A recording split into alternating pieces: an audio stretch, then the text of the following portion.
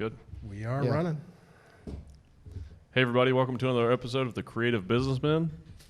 Today we have Richard Claybaugh on the show with us. He's a filmmaker, director, and cinematographer. A lot of things in the film industry, right? I bounce around a lot, yeah. Yeah.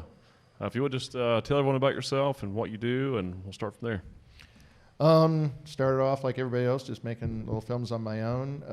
Worked in TV news for many years. Left that and went to Los Angeles, where I wanted to make features. Got into being a director of photography, shot a lot of feature films, mostly in the action and horror genre. Started directing a few before I left. Got an offer to teach at the North Carolina School of the Arts. Came here, cool. taught for 10 years. During that time, with some partners, we started a business and started making features here. Since then, kind of gone on to just work for different companies, doing different productions. I do a lot of post-production work. Currently, I'm head of post-production for Yale Productions out of New York, and make sure that the movies get finished and delivered the way they're supposed to. Wow, awesome. What year was that you got started in film, or filmmaking? Well, I've been one of those guys who's been making film since I was 8 years old with my dad's camera. I guess I got really inspired when I was like 16. There was a local PBS station that did a Young Filmmakers Festival, and I got something recognized. It was like the first time anyone ever acknowledged something I did, and it was a big incentive to keep making films. So I went on and entered that every year until I was 18, and got a complete set of awards. I got a first, a second, a third, and an honorable mention before I was done. So, but awesome. that kind of encouraged me to pursue the film thing. Now, what kind of camera was that you were shooting on back then? Super 8. I had my Nice. my Kodak sound camera. Actually, it wasn't even sound when we started off, but yeah, boy, the big thing different between then and now is just the cost of stuff. I was mowing lawns, and a roll of film was about $8, and it was 2.5 minutes long, and then to process it was another $8. So it was $16 in like the 1970s. Yeah. To paid like for by $50 mowing lawns now. to get Yeah. 2.5 minutes. Wow. Wow. So yeah, now you just turn it on and it goes. So But when you started in the film industry, it was actually film. it was film. Yeah, most of my Yeah. career has been shooting motion picture film, 35 millimeter film out Wow. in LA. It's only kind of recently switched over to the digital stuff, of course. Well, recent in my life, but Yeah. That's cool. I saw that you actually worked on some of the Children of the Corn films too. I did 2 Children of the Corn movies, yes. And until they started shooting them simultaneously, I think I was the only one who could boast that, 2 Children of the Corn movie credits. I did Children of the Corn 4, which was directed by Greg Spence. And I worked with him again on Prophecy 2. And I did Children of the Corn 666, which you would have thought the series would have died by like 573 or something. But no, 666, they were still going strong. So Cult series. who knew it'd last that long? Prophecy, is the original Prophecy the one about like the mercury poisoning in the water or something? Nope, that was... What was that movie? Yeah, I have a whole list of titles that remind people of other movies. That was Prophecy, which was, the Mutant Bear movie. Yeah. Yeah, no, it didn't work on that. Oh, okay. That's a good movie. I worked on one called The Prophecy with Christopher Walken. Oh, okay. Eric Stoltz, Amanda Plummer, Elias Koteas, great cast. Yeah, great Virginia cast. Madsen, wonderful cast across the board. Good movie, too. Written and directed by the guy who did Highlander and Backdraft. Oh, wow. And yeah, it was about a second war in heaven and the angels' war spilling to earth. It was probably one of the best films I've been connected with. Beautiful performances, terrific story. I'll have to check it out. Oh, yeah. Sounds awesome. Cool. So what got you into film as a child? Was your father in film or your mother? My dad was a mailman, and Okay. but he did have a camera, and he'd been in the Air Force for most of his career before I came along, and he'd shot everywhere he went. So I started picking up the camera and shooting movie stuff. My family was not into movies at all. My dad never watched a narrative film. He had no interest in it. But I picked up the camera, and I was very into television, so I started, wanting to tell stories with the camera. And then in high school, I got more involved in drama and acting and such. I'd always been a little bit, but the whole thing kind of came together with filmmaking and storytelling. That's really cool. What's your favorite role in the industry? I have been very fortunate that I can bounce between them. I love everything I do whenever I do it. I just like making movies. The whole thing is, I always say I really only have one job. I'm a filmmaker. And Yeah. it's like I love editing. I love being a director of photography when I'm working with good directors and shooting stuff. I love working with actors. I enjoy directing when I have the opportunity to do it. I enjoy producing very much, and I'm trying to do more of that. I'm always trying to find projects that are exciting to me and try and see about getting them made. I like every aspect of the business. Editing, I do a lot of visual effects these days in collaboration with others. And currently, as I said, I'm working as a post-production supervisor, so spend a lot of time just getting things through the process. I just got back last week from New Jersey working on the first film since COVID for us. It's a film called Red 48, stars Tyrese Gibson and John Malkovich. And we just wrapped that up last week, and Nice. I'm very excited. The director of that is a gentleman named John Keyes, who I first met him when he shot a film here in Winston-Salem called Fall Down Dead. And I shot it with him. And that was with David Carradine. It was like his second to the last movie, and Udo Kier and Dominic Swain. And we've just had a really good relationship ever since. I've shot another film with him in Dallas, Texas called Phobia, which was shot on a red. I was discussing red cameras earlier before the start of the show. We just shot on the one we just did, Red 48, was shot on a red. And but it's, I went up there to be post supervisor and kind of DIT and ended up being beat camera operator. And it's an action film, so we get to blow things up and shoot a lot of things, and it's fun. I love action movies. Sounds fun. Action movies are fun to do. That's cool. Yeah. Yeah, it's neat to see how all that stuff's made too. Like to see the actual process.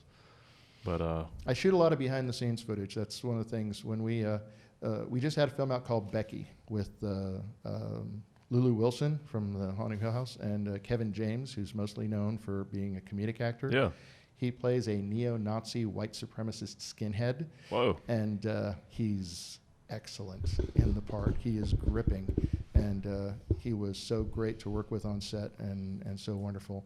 But we opened at drive-ins, and we were the #1 film in America for 2 weeks running because drive-ins were the only business being done. And That's awesome. And we did great. So if you get a chance to see Becky, the one-line pitch jokingly on Becky is it's horror Home Alone. She's this girl who's 13 years old, and these people invade her house, and she starts taking them out, these neo-Nazis, one by one, brutally. It's bloody, gory, nasty fun, and we have a good time with it. I'll definitely check it out. Yeah. Sounds cool. I'd like to see Kevin James in that role too. He's excellent. Yes. He shaved his head, put a swastika on the back of his head, and he was chilling. He was quite compelling in the role. If you didn't know him, I mean, he was fun on set. He was great. He was a wonderful fellow to work with. But man, in that part, he was seriously intimidating. That's Wow. cool. Yeah, we have to check that out. Yeah, for sure. So you're a real creative businessman. You're doing it all. Do you? How do you feel about the business side of the industry? Do you enjoy that, or? Like most people, I don't enjoy the business as much as I do getting a chance to do the creative stuff. Right. But there's a lot of creativity involved in the business, as you know. Yeah. And I do very much enjoy the problem-solving aspects and less so the bookkeeping aspects, but much more so the process of putting together a project and trying to get it funded and trying to get everything to come together. And I love organizing jobs and the business aspect of that. That's cool. Yeah, we both enjoy that too. That there's a lot of creativity involved in building a business or growing a company, that type of thing. One of the reasons I think I'd like to produce more is I really do enjoy the process of getting the package put together, getting it assembled, and then making sure that foundation is laid out for the filmmakers so they don't have to be worrying about anything more than telling a really good story and making sure that that's all covered and taken care of. Because I've done enough that I've seen it done well and I've seen it done poorly, and the effect it has on the ability of people on set to be creative, that the business end has been handled correctly, is really vital. Yeah, I guess when you're ready to shoot, that's what you need to be doing. Everything else needs to be done, right? So you don't waste time. Well, it's always there. I mean, there's no show where the line producer isn't day-to-day dealing with stuff. It's Yeah. an ongoing thing. It's like being at war. It's you're constantly dealing with it. You go in with a plan, and as we always say, everybody has a plan until you get punched in the face. Right. And Yeah. it's like you go out with the plan, and then right off the bat, something out of somewhere is going to punch you in the face, and you just gotta be prepared to deal with it. That's like that with any business. Business is just problem solving every day, and as soon as you feel like you've seen everything, something new happens. I put together Endless. post schedules a lot these days, and I'll build in sort of blank weeks, and someone will say, "Well, what's that for?" And it's like, for what's going to happen, and I don't know what it's going to be. I just know there will be something, and I haven't been wrong yet. Oh, yeah. I've never had one that like, oh, that pad didn't get used. Yeah. And one of the things I do is I time block and book so much. I'm not building in breaks, right? And I've got to start doing that. We were actually talking about that this morning. So to give you an example, I woke up at 6 this morning, which is uncharacteristic of me because I usually don't go to bed till between, say, 2 and 4 a.m. But I had it in my head that I was going to be ultra productive today. I got up at 6. I had my barber at my house at 7. I was getting my hair cut. I had everything lined up. My first Zoom call at 8 o'clock, bank at 9 when they opened, next Zoom call at 9:15, like literally, and I just stacked my whole day. And I sit here and think about it, and I go, like this today, the whole day until 10 p.m. tonight, I don't have more than 15 or 30 minutes the whole day of unplanned time. The problem with that is there's no room for uh-oh or oops or just a problem. So like literally today, I'm not going to be adequately equipped to handle new issues because I've time blocked everything I've got. Oh, yeah. So I just did too much. So I went a little overkill today. I was thinking about that in hindsight. I'm like, all right, well, I probably should just block out blank time for whatever may come up. You build in pad. It's going to get used. Yeah. No matter what, it's going to get used. Yeah. Well, a lot of film jobs are kind of like that anyway. Like it's not unusual to be on set from 8 a.m. till 1 a.m. Have this 15, 16-hour days plus. Yeah, we try to keep it to 12 hours, but yeah, I've certainly been on many that go 14, 16. Yeah. I've been at least one that went 24. So Whoa. that was, that was the exception, and nobody was very happy about it. But I don't know if it's a SAG gig Yeah. and I'm on there for 15, 16 hours. I know I'm getting paid a lot. it gets expensive. It gets very expensive. Yeah. That's what I was going to ask you. Well, I don't know. If I'm getting paid, I'll sit there I'll do 24 hours. Yeah, as an actor, it's not bad because most of the time you're just sitting around getting paid a lot of money. Yep. Which is not good on the production side because that means that maybe time's not being managed properly. When things run over, it gets very costly. Yeah. Yeah, and in those big productions, what's the cost per hour? It's thousands. I will say this: it certainly affects how you approach everything you do because of the costs per minute on set. Yeah. People talk about, well, we'd like to do something practically on set. Okay, you can maybe, like an example is, just a common thing: someone gets shot in a movie scene. Mm-hmm. Okay, I could rig a squib on the person and have them bleed. If I need to do a take 2, we've got to change out their wardrobe, go back to clean wardrobe again. Everything involved in setting that, squibbing out, is going to take so much time. Or I can do it in post and I can, boom, put a CG effect on there and be done with it. Yeah. Because of the cost on set, if I spend 10 minutes doing a reset on something, I can spend a guy to spend 3 weeks making that blood stain look great for less than the cost of spending 10 minutes on set, just because of the cost of paying an entire crew. And that drives a lot of creative decisions. The economics of the business, the per minute cost on set, changes a lot of the creative choices you make, not because you think they're necessarily the best choice or the way you'd like to do it, but because they become the most cost efficient choice in that per minute world. Which is unfortunate sometimes, but yeah. It is unfortunate sometimes, but we're also getting real good at making stuff look good in post. That's That's true. what I do. Yeah, some CGI now is indiscernible from reality. I have people sometimes coming up saying, "Oh man, I can always tell those CG shots," and it's like, no, you can't. You can only tell the ones you recognize. You can tell the bad ones. Yeah, I can show you a bunch that I guarantee you never knew. A lot of it's CGI now. Oh yeah, a lot of the backgrounds and stuff, they're not real. But you can't tell. People all the time will come up and they see the end credits and this long list of visual effects thing. It's like, were there effects in that movie? The whole movie. You have no idea how much is done in effects these days. Yeah, you can't tell what's real and what's not real if it's done well. Yeah. Mm-hmm. I was telling Daniel about a new game engine that's out. It's the Unreal 5 game engine. It's unbelievable. Like it's photorealistic graphics, and you can't tell what's real and what's not real, except for the character in the demo is, you can tell that's a CGI character, but the actual the environment is indiscernible from reality, even down to the pebbles. Unreal Engine is being used by a lot of people for post work sometimes. It's also used for creating storyboards and simulations, for environments, for plotting things out. People are using Unreal Engine for all kinds of stuff. It's a very popular tool right now. Yeah, they're actually using, with that engine, they can take sculptures from ZBrush and actually put them in these environments, which is amazing. And those are photorealistic sculptures. I mean, there's artists now that can do digital sculptures of people, and you can't tell that it's not a real photograph, except it just looks more three-dimensional. Yep. No, it's the technology keeps advancing. Yeah, it's amazing. I think 10, 20 years from now, it's going to be a different world, completely. Absolutely.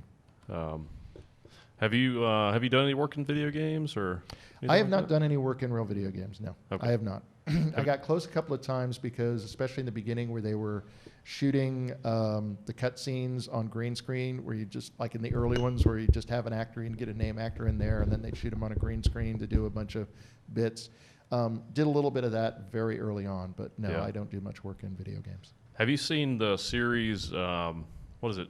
Sex, Love, and Robots, or something? Love, Death, and Robots, something like that. I didn't see that one. It's on Netflix. It's really cool. It's an animated series, but it's really like a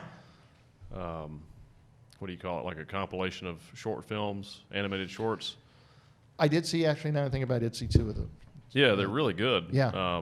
And I thought about maybe pursuing a film in that genre, because it seems like you could do a lot of stuff cheaper. Like if you had to have, some really good special effects, if you could just shoot it with live people, live actors, and then animate over them, and then all the CGI stuff you need, you could just add it in post. And it's because those animated films are so well made. After you watch them for about 2 or 3 minutes, you forget it's animated, and then you see something impossible, and you're like, "Oh yeah, this is not real. This is animation. Like this is CGI." It's the story you want to tell if it lends itself to that particular form. Yeah. Yeah, absolutely. Yeah. And there's certainly some that do. This Waking Life was an early one of that, where they rotoscoped over all the actors. They shot it all as a film, and then they rotoscoped all the actors. Who's in that? It's a Linklater. Yeah, it was an Art Linklater film. I'll check that out. I haven't seen that. No. What's the other one that was really good? Scanner Darkly? Same director. Okay. Yeah, that was a good one too. Kind of ahead of its time. Have you ever worked in any animated films? No, but I would certainly like to. There's a company out of Winston-Salem called Out of Our Minds, and I work with those guys a lot. We did a film here in town called Iborgs, which I saw that on your IMDb. best Keller robot movie to come out of Winston-Salem, North Carolina that year. Absolutely. But they were one of the teams that did robots in that, and they were amazing. And I still work with them on post work. I bring them in on all kinds of stuff. Most recently, they did work on Becky. Okay. But most recently, we are finishing a film now called Chick Fight, which is kind of a comedy female fight club with nice. Malin Ackerman and Alec Baldwin. Ah, wow. And that'll be out in the next 2 months. We are just literally this week, we are delivering the master files. I mean, that's my part of the job here, is getting the files to the distributor. But that should be out in the next month or two. And you can go get it. Highly recommend it. Terrific movie. Really funny. Really good. That's awesome. But where did they shoot that at? that they shot in Puerto Rico. It's set in Florida, but they shot it in Puerto Rico. Nice. But the guys, I got the tax benefits in Puerto Rico there. But the guys in Out of Our Minds, they did the title sequence at the end. They designed it and created this nice, cool animated title sequence. So the company's in Winston, and it's called Out of Our Minds Animation Studio. Nice. I didn't know that existed. Yeah. Oh, Good. you got to. That's a good resource. Guys. Yeah. I'll have to Oh yeah, they're reach out to those amazing and talented and wonderful, and they do all kinds of stuff from very photorealistic visual effects work, which I use them for a lot. I've used them on multiple projects now in post. They are just great, but they're also great brainstorming, creative people, and they do terrific animation. And we've talked about possibly doing an animated project together sometime. So not impossible, but yeah. You know, that's the great thing about technology is the world has gotten so small. Like, you don't have to be in L.A. or Atlanta. You can really be anywhere, and you have no idea where the work's produced because it's all digital. There are creative people everywhere in the world, Yeah. and the democratizing effect of digital media has allowed more and more people to take advantage of that to create stuff. I feel like when things are decentralized, they become better, you know, because it takes the cost down, it takes away the monopolies, you know, it allows more creative freedom, and it also allows better ideas because now people's ideas aren't being blocked. You know, you used to have to know so many people to get your idea out there, and then if somebody didn't want you to have your idea out, it would never surface, you know. There's very much two tiers that I'm always dealing with in the filmmaking world. There's very much the independent world that is people very much just taking their cameras and doing stuff on their own. Yeah. And those tend to do film festival work, and they get seen, YouTube, stuff like that, as a distribution channel. But there is still the other tier, which is admittedly where most of my career is, Yeah. which is the major distribution outlets, the Yeah. Lionsgates, at the time Miramaxes and Dimension Films, and all of those. Those are a different level. The big studios. Yeah. And I was joking with my friends the other day. It's like, I kind of want to do more of the independent stuff. I'd like to do more of that quirky, just get your camera and go. And I just can't seem to get into that. It's like I can't break into amateur filmmaking. I can only seem to work in this level. But I'm serious about this. It's like I've had like zero success trying to get into. I need to talk to you after this. I just can't get into that other level. Yeah. Well, you know, I mean, I appreciate both, you know, because the studios definitely create some amazing stuff, and you know, some of my favorite films are studio films.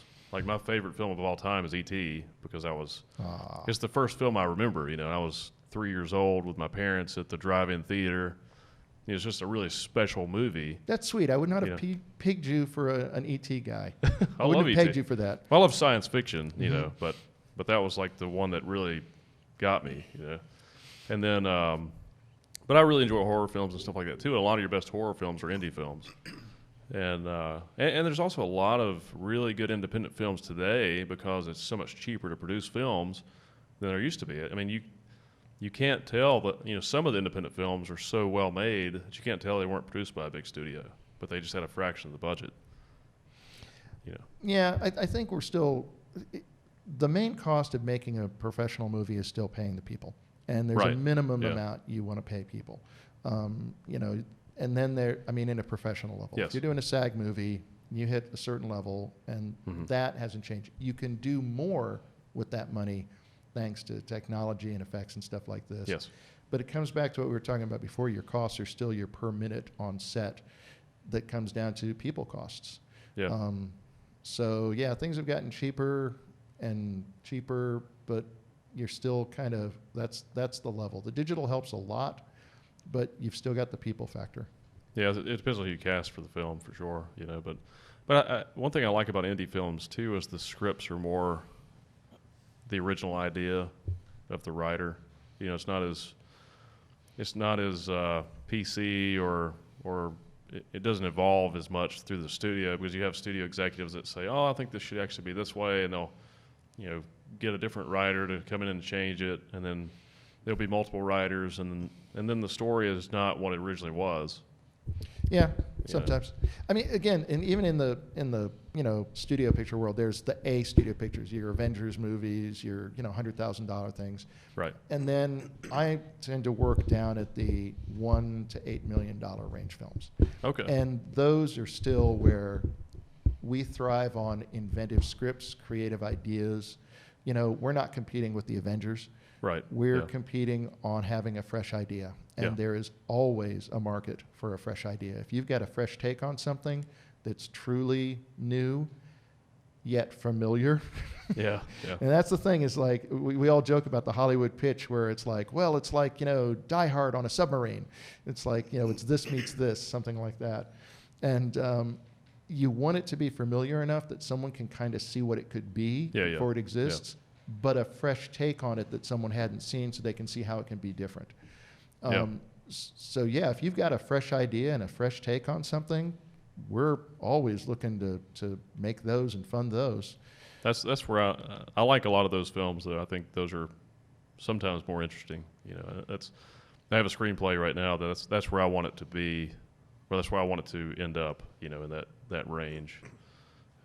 There's another actor in Atlanta, and he's a decent name actor, and he wants to work on it with me, so I'm going to go through a rewrite with him, and maybe I'll reach out to you.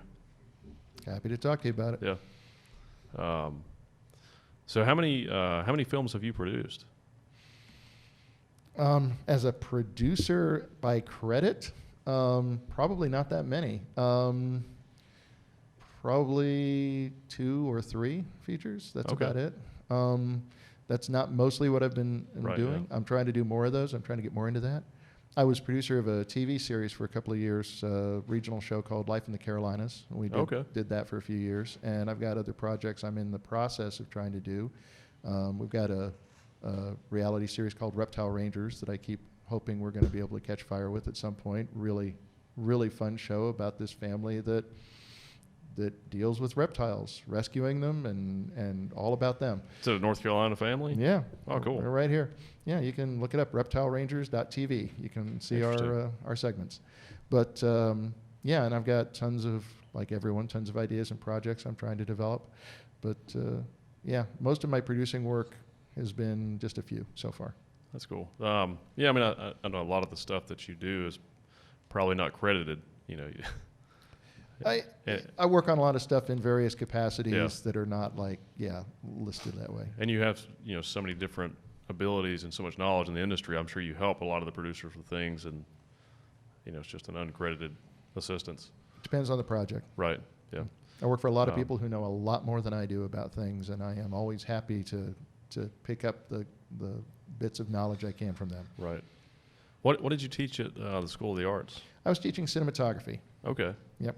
A lot of people don't realize that here in North Carolina we have one of the top film schools in the country in Winston-Salem.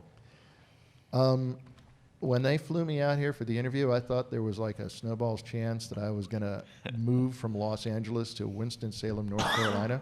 And then I got a tour of the school, and the facility was amazing. More than that, I got to meet the colleagues I was going to be working with. And at the time, one of the other cinematography faculty was a gentleman named Robert Collins. I'm talking to him, and we were touring the archives of all the prints. And I said, "Oh, Superman, the Christopher Reeve one." He says, "Yeah, I shot some of that." I said, "You shot some of that?" He says, Yeah, the scene where Lois Lane falls into the crack and all this, and then Christopher Reeve says, "I shot that." I was like, "Oh, really?" And he says, "Yeah, and what else?" He says, "Oh, I won my Emmy for shooting the pilot for Miami Vice." And I was like, "Holy cow." And, I started talking to everyone, and it was all experienced film professionals whose credits I knew, whose work I'd seen. And I called my wife. I said, "I'd be honored to teach at this institution. The people here are outstanding." I was expecting, what you normally get at a local film school, a guy who graduated with a degree in filmmaking from local community college and now teaches it, and how to take your 16 millimeter camera and film and color on it to make, that kind of stuff. So I was blown away, and I taught there very happily for 10 years. It was a wonderful institution, great people. And what's cool too is, if you're a young person and you want to go into filmmaking, it's an incredible resource and it's reasonable. The pricing is really good because it's in the UNC school system. Yeah. It's actually a state-funded college or university. One of the cinematography teachers there now is Tom Ackerman, just in terms of stuff. Tom shot Anchorman. Oh, wow. He shot so many. I would substitute teach for him even after I left when he would go off, because he shot all the Alvin and the Chipmunks movies. And great guy. And one day it was snowing, and I was going to teach his class, and I called him just to ask him a question. He says, "Hold on just a moment." Comes over a second later, and I'm trudging through the snow, and he says, "Yeah, I'm on the beach in Hawaii here shooting on Chipwrecked. What's up?" And it's like, "Yeah, I'm about to go teach your class in the snow. Want to trade places?" But yeah, he's a big-named working cinematographer there. I mean, they've had really big guys there. That's awesome. Michael Chapman shot Taxi Driver.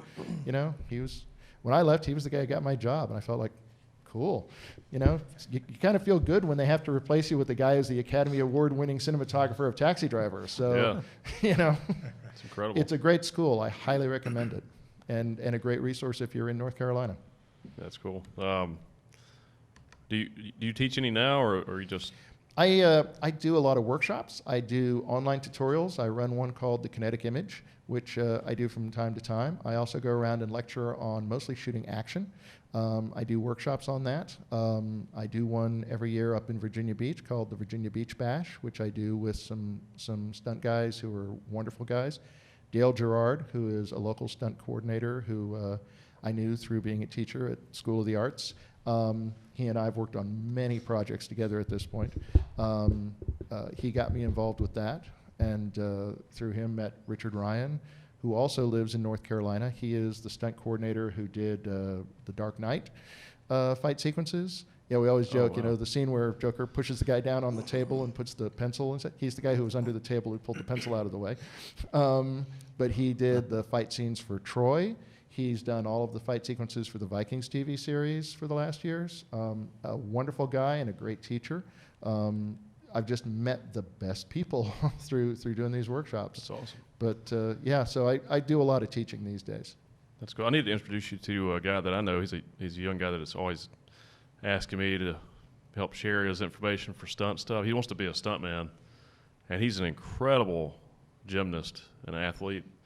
And the stuff he does is more stunt-based. Mm-hmm. And I've shared his information with some of the film people I know, but you would probably be a good person Love to for meet him to him. know. Yeah, he's incredibly talented. I think he's probably 27, 28 years old, and he does some things that are just impossible. Okay. And he's tough as nails too. So he's the perfect stunt guy. Well, yeah, I get some of these Um, folks on here I was just talking about because they're really knowledgeable people about stuff, and they're also real great personalities. Yeah. This is not a business that tends to attract too many boring people. No. Yeah. For sure. Yeah. It's all. Yeah. Every aspect of it's interesting. You know. And when you work with the stunt guys, some of those guys are crazy. I've worked with a Yeah. lot of stunt people over the years, and some of them most of them are really good, serious professionals with safety first. Yes. Every now and then, some of them are risk takers. I say crazy in a good way. Not like Just they used to fearless. be. Not like Hal Needham. Not like Hal Needham's era. Hal Needham's era, you know, Smoking the Bandit and Oh, yeah, yeah. such. You know, he was a stunt guy. He was from an era where you just did it. Oh. Yeah, I have to jump off an airplane, take a guy, tackle him off a horse, and roll down a hill. Yeah, he does it. We tend to be safer these days. Yeah. We look out for people a bit more. So most stunt coordinators are people who don't ever want an injury on their set. So yeah, I don't Right. know too many present day crazy stunt coordinators. Yeah, I say crazy in like a fearless way. Like they're fearless athletes, but highly professional athletes. Yeah. Just a different type of person. You know, like they're able to do the things that I would be like, I don't think I should do that. I think that would be very dangerous. You're an actor. Have you done much action work? No, I did.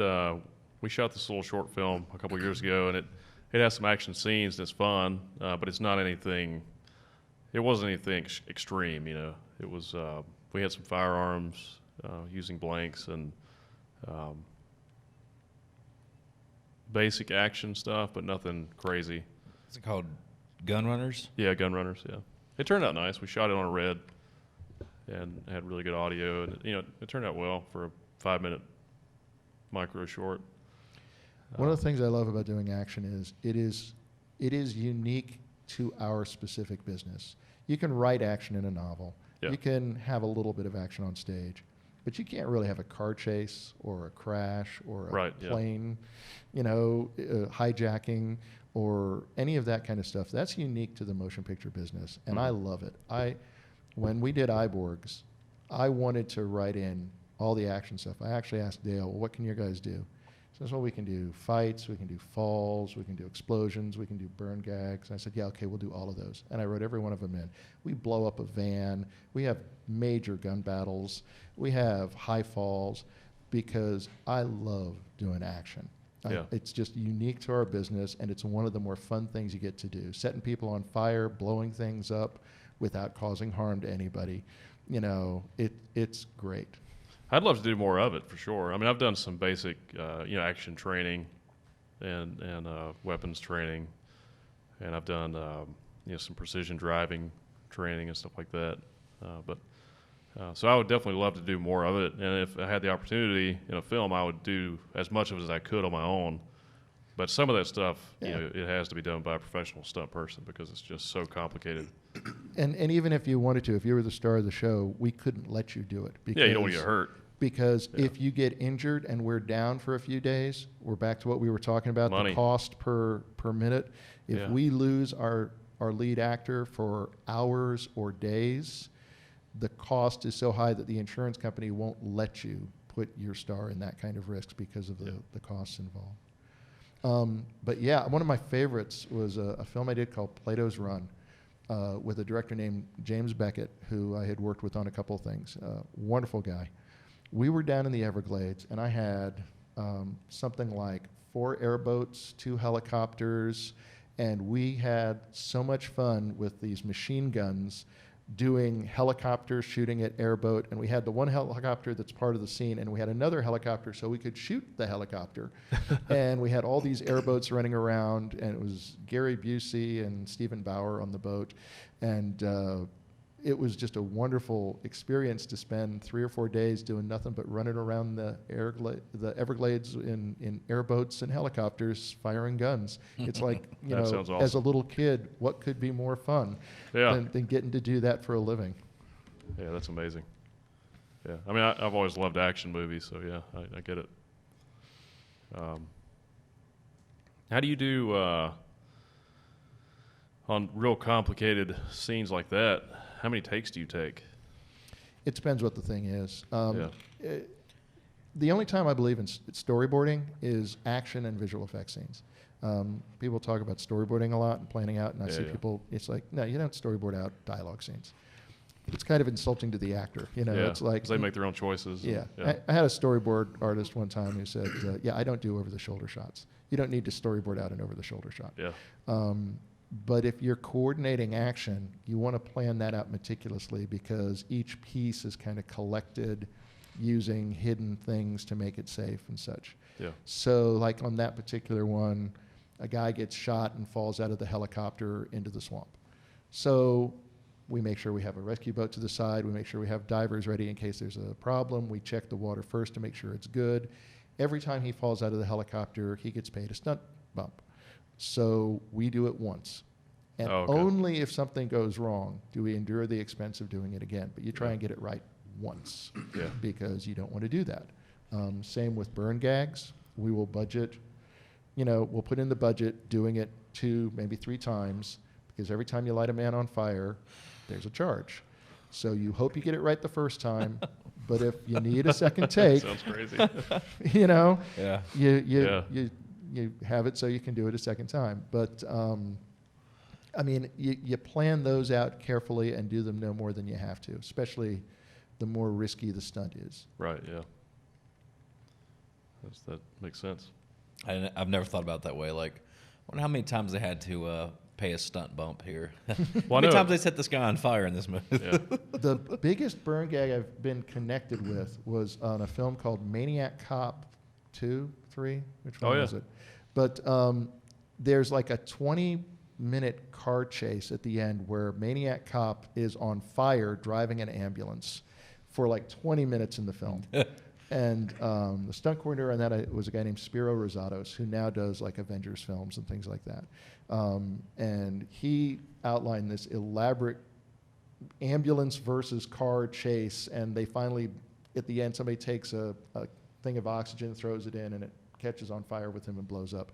But that's like 20 minutes of screen time almost of this guy on fire. And I don't know that any movie has a longer on-screen burn duration than that movie does.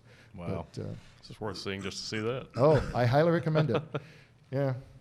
Oh, he must have done something right because he's working. You said with the Avengers and stuff now, so he was talented. Yeah. Yeah. Production coordinator on that. I did 5 films with her. She is now production coordinator on a lot of the Avengers movies and Wow. such. She's really quite good.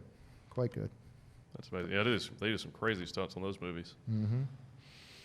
Yep, they do. As a matter of fact, one of the stunt coordinators from that worked on Red 48 just now. She was our stunt coordinator. So, Yeah, I guess when you plan those stunts, you have to make sure that safety's first, but also even in basic fight scenes and stuff like that, the camera angles and stuff have to be right, so it's believable. actually just did a tutorial on that with Dale Gerard. It's actually it will be up on my website probably in the next few days. But about the process of selling a fight and making sure you have the right camera angle to sell a punch. Yeah, we've all seen the ones with the wrong angles. There's usually one right angle for selling a punch, and unfortunately, we tend to shoot fights with multiple cameras. And then when the editors get in there, it's like that's close enough. Or someone decides, well, but that angle, that's a better angle than the other one, even though the punch didn't sell as much. But usually, there's one right angle to sell a punch to sell the impact. And they don't have to even be that close, really. Nope. Yeah, it's just. I refer you to thekineticimage.com and check out my tutorial on selling a punch, which should be up there very shortly. Check that out for sure. Yeah. I worked. I had a real brief role on The Walking Dead, and they did a lot of really cool action stuff on there. Oh, those guys are And amazing. There was an accident that happened. I guess I can talk about it. One of the stunt guys was it was the stunt guy for what's the actor's name? I can't think of his name. The guy that plays. I haven't seen the series in so long. Good or bad guy? Good guy. Who's the black guy that with the staff? He's an actor from the UK. Really good actor. Yeah. Morgan. He plays Morgan. Yeah. I can't think of the actor's name, but anyway, he was supposed to come out and hit some of the zombies with the staff, and he like whacked this zombie and really hit him, and the zombie went down, and the director's like, cut. It's like, what happened? And they had the wrong guy. It was the wrong zombie. It was supposed to be the stunt guy. Oh, God. It was just one of the extras. Oh, man. And it looked great, though, because he really got whacked with that stick. I actually, at the end of Red 48, I bought some of the props we were using for stunt gags. So I've got now, and I almost brought with me today, I wish I had now, I didn't know we were going to talk about it so much, a hammer, a 10-pound dumbbell weight, a skillet, and a crowbar that are all lightweight. They look, if I were to hold them up right now, they look exactly like the real things. And I actually have a duplicate of the skillet that is a real skillet. But, complete soft rubber, but look completely real. And cool. We use those because someone gets clobbered with each of those things during the course of the film. So, yeah, you can now make your little bingo card for Red 48. When they get clobbered with the hammer.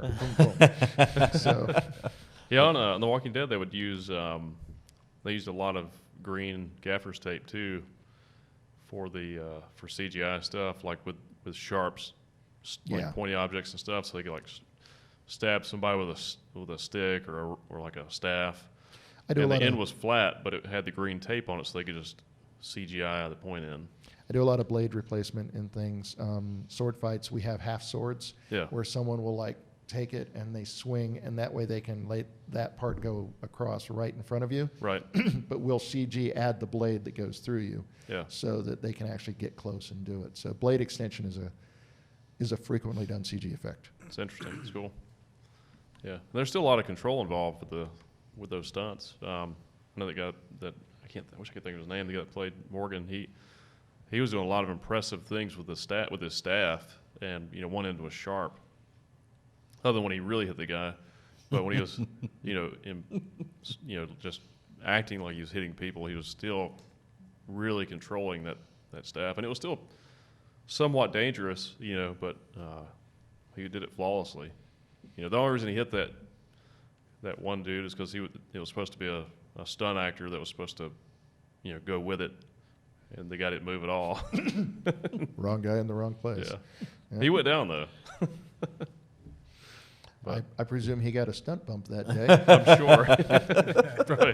probably that and something else. He was okay though.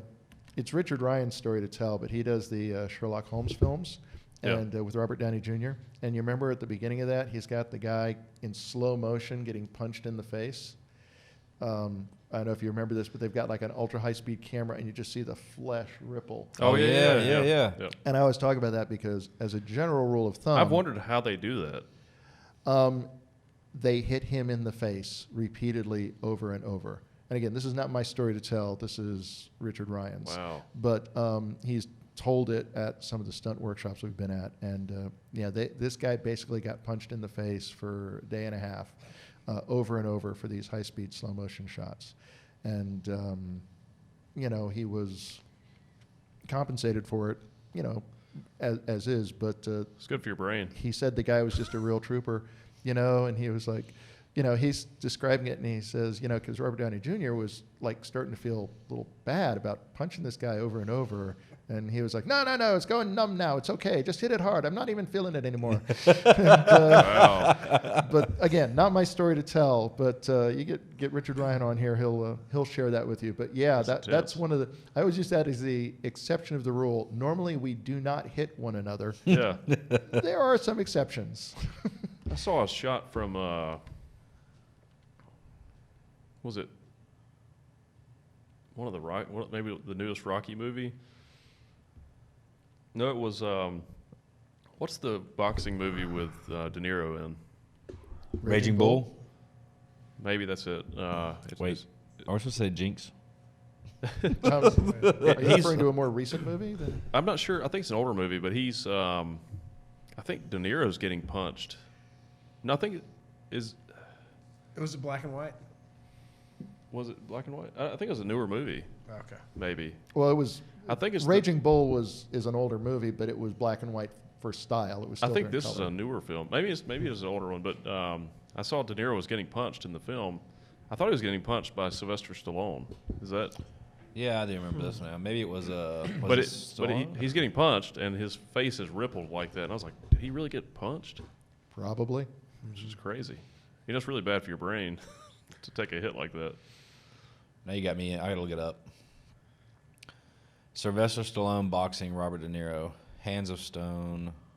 Is that the name of the movie? Maybe. Never heard of it. I just saw a screenshot from it, and I was like, wow, that's interesting that De Niro would allow someone to hit him. It's interesting the production would allow someone to hit De Niro. Just because, his brain function is very important for his job. Some actors are very into to their characters and doing it well. Oh, yeah, I agree with that, but, you also have to consider your health and Grudge Match. future of your career. That's what you're talking about. Grudge Match. Yeah, okay. Huh. Yeah, it's Stallone versus De Niro. Did a film with Viggo Mortensen called American Yakuza, and Yeah, I saw that. Yeah. he was he throws himself into everything he does, and we had action scenes with him, and he threw himself into those scenes, everything. Later, if you see the film Eastern Promises, which has a very famous fight sequence, rather infamously because it takes place in a Russian banya, and he's nude, and these guys come in to kill him, and he ends up in this big fight scene, and he's nude for the whole scene. Well, here's the thing about doing a nude fight scene, aside from just the obvious discomfort level Right, you would think, you can't safety your actors. When we do actors who have to take stunts, they wear long sleeves and long pants because we put knee pads there, we put elbow pads, we put back braces, we use clothing to hide all the protective gear. If you're doing a nude fight, you can't hide any protective gear. So it wasn't just that he was fighting nude. He threw himself in there and did this fight without protective gear. And it's an amazing fight sequence. Just as a film, as filmmaking, it's an amazing fight. But he is that kind of an actor that it's like, if this is what my character is required to do, I will do it. I did not work on that film. Okay. But I have worked with him on other projects. Well, he seems like a trained fighter, though. Like someone that has professional fight training. Did you take out insurance just in case somebody got poked in the eye? couldn't speak to that. I was holding it in. I gotta say it. So- Somebody's gonna lose an eye. I think he was probably the one in more danger Probably. of losing something. We actually had a sequence in the film we did where he had to leap over a bar, and there was some fake broken glass on it, and it got in his eye and cut it, and we had to deal with an insurance claim on that and such. But he wanted to do his stunt, and he did it, and he leapt right over that bar, and he rolled across it, and actually he was supposed to leap over it, but the irony, long time ago, going from memory here, the producers didn't want him to leap over it because they thought it wouldn't be safe. So they had him roll across it, and that's how he got the thing in his eye. So we ended up reshooting it with him leaping over it anyway. If someone's, that's funny because I always think if someone is, like, you know what you're capable of usually. Mm-hmm. If I'm doing something like that risky, and I say, well, I'd rather do it this way. You should probably let them do it that way because that's probably they're probably intuitively doing it the way they know they can do it the best. To the degree that it works for a story and the character, absolutely. Yeah. If we always try to be conscious of that. Well, you always ask an actor, do you feel comfortable doing this? And if not, you substitute out and find a way to do it with a stunt double. Yeah. Most of the time you have these discussions before you ever get on set. And the actor says, no, I want to do this. No, I want to do that. We were doing the one we just did, Tyrese Gibson. And there's a scene where he's in the midst of a fight sequence, and then he has to throw himself over. The movie takes place in a store, like a big old Walmart. The one-line pitch on this one we joked was, it's Die Hard in a Walmart. And he throws himself over the vegetable things a couple times, and he wanted to do it. And he did. He just flung himself over this whole counter and landed on the floor. We had pads on the other side. So we'd done it twice where we'd had him go over, and then we were like, okay, so he's not going to jump this time. Let's go ahead and remove the pads. And the stunt guy was there. He says, let's just keep him here. If they're not in the way, go ahead and keep him here. And we're doing the scene, and suddenly Tyrese says, I'm going to go for it. And he leapt over the thing again. And thank goodness we had left the pads there. But he just was enthused for his character, and he went for it. And he wanted to do it upright. But you discuss these things before you get on set. What are you comfortable doing? What are you not comfortable doing? Right. Yeah. And Tyrese Gibson was the kind of guy, he wanted to do it. He wanted to do his stunts. He wanted to be the guy who did that action. And we wanted him to. That's cool. I had a situation or experience where I was on set and the description in the script was totally different than what was actually on set. No, something changed. I was on a film once and something changed. Which is fine, but no one prepared me. It was just way different though. It was like I was supposed to walk over this like small like little mound. It ended up being like this rock wall. And it was like these big, sharp, jagged rocks just piled up in this wall. And he's like, the director said, yeah, just run over this wall and pick this guy up. And I'm like, this is a serious rock wall, man. Like, and I was like, let me take a couple of practice runs on this one. Because it was I was okay with it, but it wasn't the safest, most well-planned scene. And it was a pretty big production. I was like, man, it's kind of weird they didn't plan this out a little better. One of the jokes I just use on set all the time is like, oh, I was on a film once and something changed. It's like it's a constant. Oh yeah, 100%. You plan things out, but then you get there and circumstances change. Yeah, but I think they'd already planned for this to be this way. It just wasn't. But they hadn't communicated it. Yeah. Shame on them. Yeah. But we try and plan and we try and make sure people know. But stuff happens. That was really the only unpleasant production experience I've ever had. Oh. It wasn't terrible, but it was just. I think most people felt that way. Give it time; you'll have many more. Oh, I'm sure. But. The collection will grow, I promise. Yeah. I mean, I still enjoyed being there, but there were some issues. Not with me, but just in general, like atmosphere was not the most positive.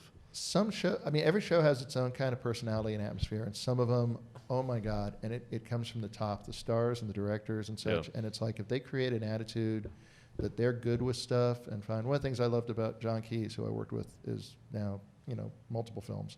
Yeah.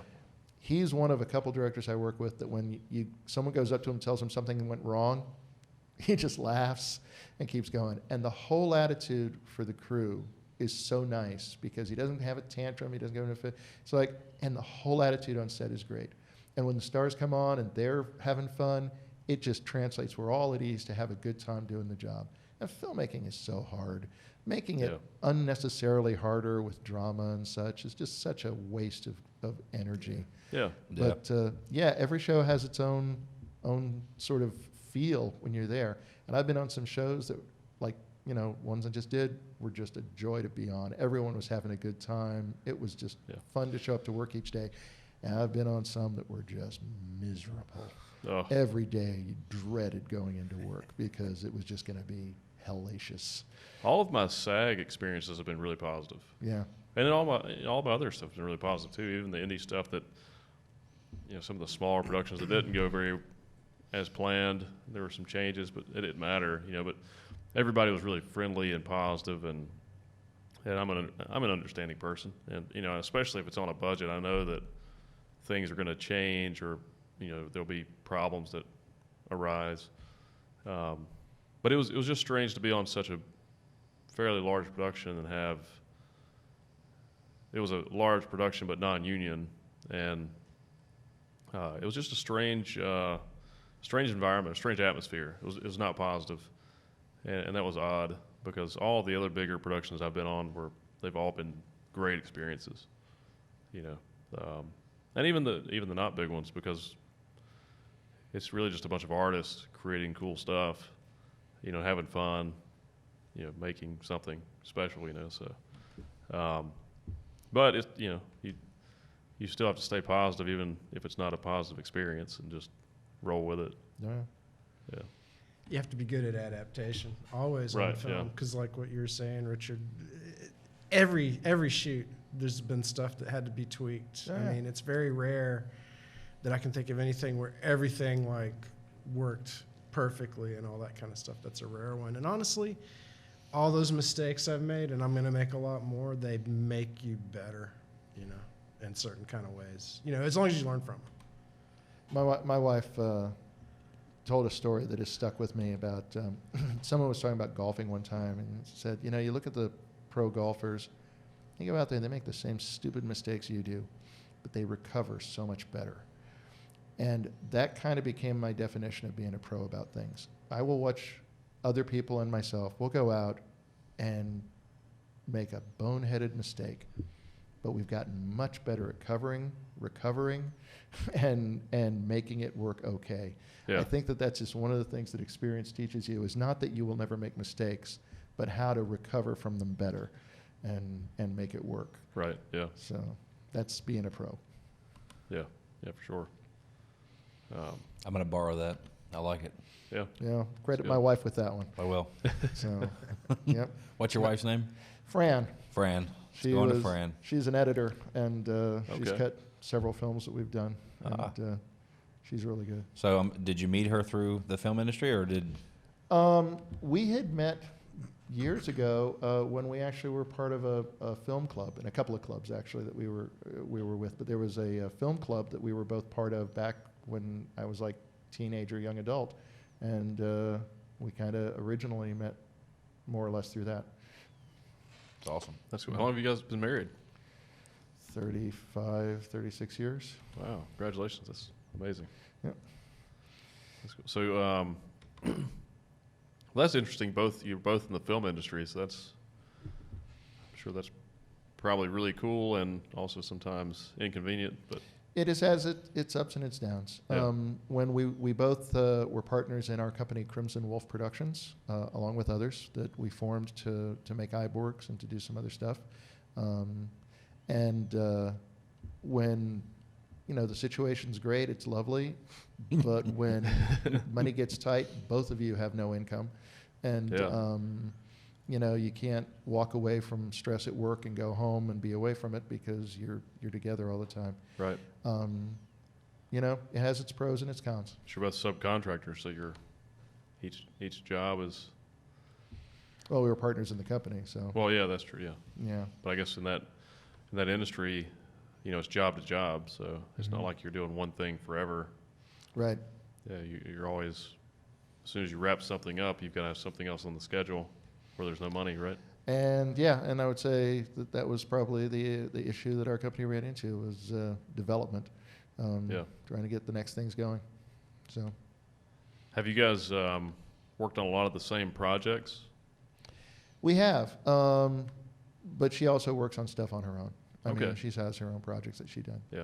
Ironically, she did a film with John Keyes, the director I keep coming back to. He did a fantastic film called Doom Room. It's called Doom Room now. It was originally called Nightmare Box. Shot it. It takes place all in one room, and they shot it in London. And That's she cool. edited that. And it is a compelling, edgy movie. I highly recommend it if you get a chance to see it. I'll check it out. Not for the squeamish. It sets up an unsettling premise as this woman wakes up and doesn't know where she is or how she got there, can't remember. But by the end, it pays off in a way that's very, it resolves. In other words, it doesn't just I don't like movies that set up a mystery that they don't pay off. Yeah. Or that pay it off so cheaply, but it's like, no, this pays off. And she cut that with John. And I didn't really have much to do with that, except I did visual effects work on it. Okay. But I wasn't there on set shooting or anything. Those limited location films where it's just like one room, or like what's that movie, Devil, with the elevator? Mm-hmm. I'm really fascinated. I think the editing is so incredible in those films, because if it's not edited just perfectly, it's not going to turn out right, because you have to keep somebody's attention for an hour and a half, 2 hours in just one location. So you have all these different shots and different perspectives. For me, those are all about the actors and the characters and the performance. Because that too, yeah, if they carry it, yes, the editing, absolutely. Yeah. To make sure it's Well, it's there. all together, but. And what she's so good at, in my mind, is she's so good at character. She understands, first of all, she's the best story editor I know. All our friends, when they wrote their scripts, they always gave it to her, because she always had the best insights about story and scripts and stuff like this. A friend of mine wrote Cliffhanger, and she was the first person who ever read Cliffhanger. She gave him some notes and feedback, which he did, but she said, she'll tell you, she says, no, it wasn't anything I did. It was just a great script. But she was, all my writer friends, she's always the one they turn to get feedback on stuff, because she knows story and she knows character. Interesting. She's quite good at it. That's cool. I mean, the editors are usually the best at determining, I guess, when a scene should begin and end, right? So which has a lot to do with how the story moves forward. Obviously, I'm singing her praises. She understands editing at the next level up. There's so many people who you will talk to. It's like, can you edit? Oh yeah, I own Final Cut. Oh yeah, I own Premiere Pro. And it's like, no, there's editing and knowing how to work the software, and then there's editing, knowing how to tell the story, the rhythm, the pacing, the macro cutting, and the micro cutting. The whole flow of the piece and each little edit, and making sure you bring out the nuances of character, and that the story, especially in a mystery, reveals in the right way. And she cuts at that level. She understands how that works. She intuitively understands the flow of the film or the story. We did a film called Little Chicago, and that was a first feature I directed here once I moved here, and she cut that. And I remember one night coming into the house, and she had written on index cards every scene in the movie and had them all spread out on the table, and she was pushing them around because that was her way of visualizing what needed to be done. She went in, she recut that film, because the first cut you follow the script. Yeah. Then you redraft it. And there was, especially I remember, the lead actor was also the producer on the show, and there was multiple scenes that he felt were just really vital and things. And they were significant scenes. So she did the recut she wanted, and showed it to him. And he was just like, oh my God, this works. I mean, this is really, it's there. It's so much better. And she says, so you didn't miss this scene, huh? There was like 3 significant scenes that he felt were vital, and she had removed them entirely, and he didn't even notice that they were missing. That's She good. understood what really mattered, what told the story and kept it going. And it kind of sucked to lose those scenes because, you spend the time shooting them on set, which is why someone else needs to be editing. Because you remember the process of shooting, what you put into it, but somebody else has to look at it and be ruthless enough to say, but you know what? Doesn't advance the story, doesn't do what you need, take it out, slows down the pace. Well, it's good to have someone else tell you that too, because when you write something, you get really attached to it. Yeah. And just because you love that scene doesn't mean it's the best for that movie. It's so funny. The film I just finished up. When we're just reading the script, I was like, okay, you can get rid of this, and this. No, need to have it. We shot it all. Lo and behold, in the edit, boop, boop, boop, boop, boop, boop. Yep. Boop. It's just so funny, but it's so true. Yeah. It's like you kind of realize there, and I just wish you could do that beforehand. Yeah. But you can't. Yeah, I mean, really, No. and I've had to kind of recognize that. It's an odd art form, filmmaking, in the sense that no one types up their first draft of a novel and then says, there you go, it's done. Right. I mean, you go back, you rework it, you rewrite it, but because of the cost of filmmaking, we go and we shoot it, and then that's the draft. Yeah. I was fortunate enough to be at a film market at Cannes one year when they premiered Up. And I heard John Lasseter in a panel, and someone said to him, so another great success for Pixar, what's your secret? And he says, you have to understand that at some point in its development, every Pixar movie you've ever seen was the worst movie you have ever seen. But we don't give up. We don't quit. Wow. And we keep reworking it until it works. He says there are scenes in here that we have probably redone 20 or 30 times before we got them where we felt they worked. Now, the problem with our end is we can't do that. Yeah, We're not in it's animation. real We people. can't go back. But I have in recent years started sort of evolving my sense of the process. And one of the great advantages that indie filmmakers working on their own have is they don't have that high overhead cost of where we mount everything. You can go back next weekend and say, you know what, this scene didn't work, let's shoot it again. And I have a friend out in California who, his name's Frank Capello, and he started doing this. And he's the guy who I've done multiple films with as major features. Did the one with Viggo Mortensen, did the one with Russell Crowe. And he's now doing the indie film thing. And he does it exactly that way. He writes it with the camera. And if he's putting it together, it doesn't work, he goes back and he shoots it again. Just, until he gets it right, until the film is what he wants it to be. Wow. And it's a way of evolving the process of recognizing that you do have to discover what you're doing. Yeah. The economics make it hard at the level I work at most of the time. Right, yeah. I mean, we shot for, X many days on the one we just did. We're done. We cannot afford reshoots. We are not going to be able to go back. We cannot say, oh, we need to go fix that scene by shooting it a little differently. Not an option. But indies have that option. Yeah. You can go back and fix it and keep sculpting until it's the way you want it to be. And that's a strength that comes with having a smaller budget. It's one of the few strengths that comes with having a smaller budget.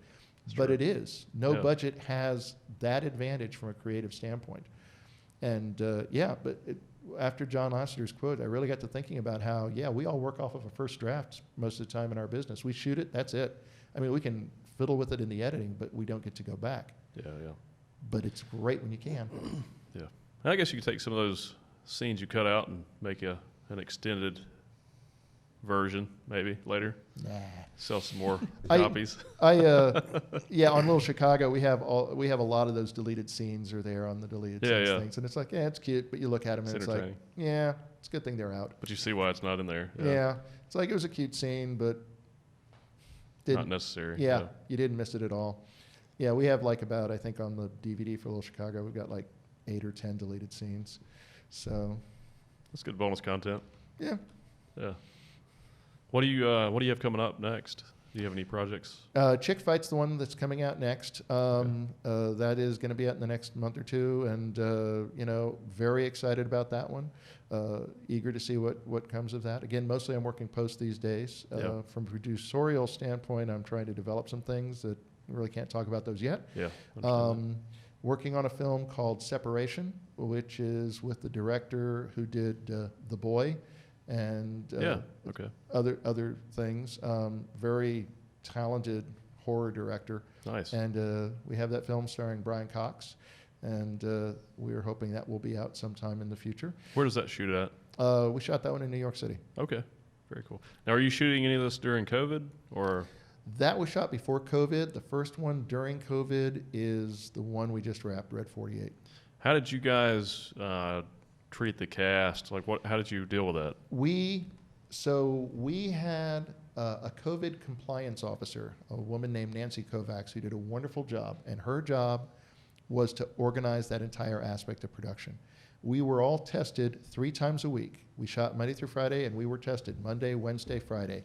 When we showed up, we went to the place to get tested. They shoved a little stick up your nose, and then they brought a mobile unit to set. And at lunch, every Monday, Wednesday, Friday, we all got tested. All of the cast, all of the crew, everybody. We had one false positive that shut us down for 2 days, and it turned out not to be legit. On a second test, there was nothing. Okay, good. We had to set up. We set up zones. There was a green zone, a yellow zone, and I think it was an orange zone. I was in the green zone, and that's like immediately on set, right around things, and you got a green band. And then we tried to limit interaction between things. So like one of the zones, like art department people who would have to run and get stuff, they weren't supposed to then come back from doing runs and go straight to set. So they had to, sort of pass things off. Gotcha. We had, if you're familiar with Video Village, which is where the monitors are set up, so the director and script supervisor can see what's going on, there's usually a huddle of people around there.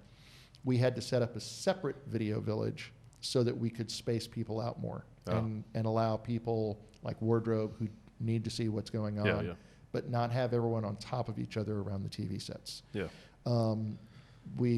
Everyone wore masks except people who were appearing in front of the camera. And we tried to keep our social distancing 6 feet apart. Now, what about like accommodations for the cast members and crew? Did they all stay in one hotel, or? We were all in one hotel, obviously not in the same room. But, clearly, yeah. We each had a room at a hotel, and that was normal in the sense that hotel accommodations are normal right now. Okay, I didn't know if they leased out a whole floor or. I don't know. I don't really know the detail about it. I know Okay. we were at an extended stay, and everyone was housed there except A-level cast, which had better accommodations, I presume. Sure. Yeah. We did not throw John Malkovich or Tyrese Gibson into the little extended stay America room I was staying in. We treated them a little better for good reason. Understandably. Yeah. That's funny. Well, that's cool. I'm glad that you were able to share that, because I've wondered about that too. I've had some auditions recently, and I know they're shooting a lot in Atlanta now, and I'm curious about how they're accommodating people. I'm happy to report that we were very successful at it, that we did not have any actual infections or anything that spread. We were careful, but I hope we showed that you can do a production and not have anyone get sick. We had the one false positive, but we were diligent. We were very conscious of being respectful of the situation. We did not take it lightly, and we made sure production provided the necessary resources to have a mobile testing unit there. So we were tested 3 times a week, including our very last day. And we were all like, "Why are we being tested the last day?" It's like, because if something shows up, we need to know. Yeah. So but we all got through it successful, thanks, I think, to following good procedures. That's great. Very cool. Well, it's been a real pleasure having you on the show, and it was a pleasure being had. Do you want to tell everyone how they can find you and follow you, if you have any social media pages? I'm not a big social media animal. I do my tutorials on The Kinetic Image. That's with a K, Kinetic. TheKineticImage.com is where I post tutorials from time to time. RichardClaybaugh.com is where my personal webpage is. My company is Redcom Productions, REDCOM PRO, redcompro.com. And I don't have much of a website there. I don't worry much about my website. I think it just goes to my Vimeo page with links to local commercials I do, actually, because mostly that's what I do through there. And Crimson Wolf Production is the company that we do feature films through when we were doing feature films. Since the state got rid of the rebate, we have not done any feature films here in North Carolina. Oh. It was sort of the nail in the coffin. Yeah. The rebate situation is such that I couldn't afford to do a film here if I wanted to. Every place else has so much better deals, and that was a horrible loss for the North Carolina film industry. It's a shame, yeah. Yeah. Yep. But yeah, so since then I haven't been doing much work here. I closed up my office, and I work out of town. I work out of my house when I'm here, and I'm on location mostly up in New York, New Jersey, and Canada whenever I'm doing shows these days. Very cool. Well, again, Richard, it's been a pleasure. Been a pleasure. Thanks for coming on. And if you guys enjoyed the episode, be sure to like and subscribe. We'll see you next week. Bye, guys. I've got a list of things I need to go watch.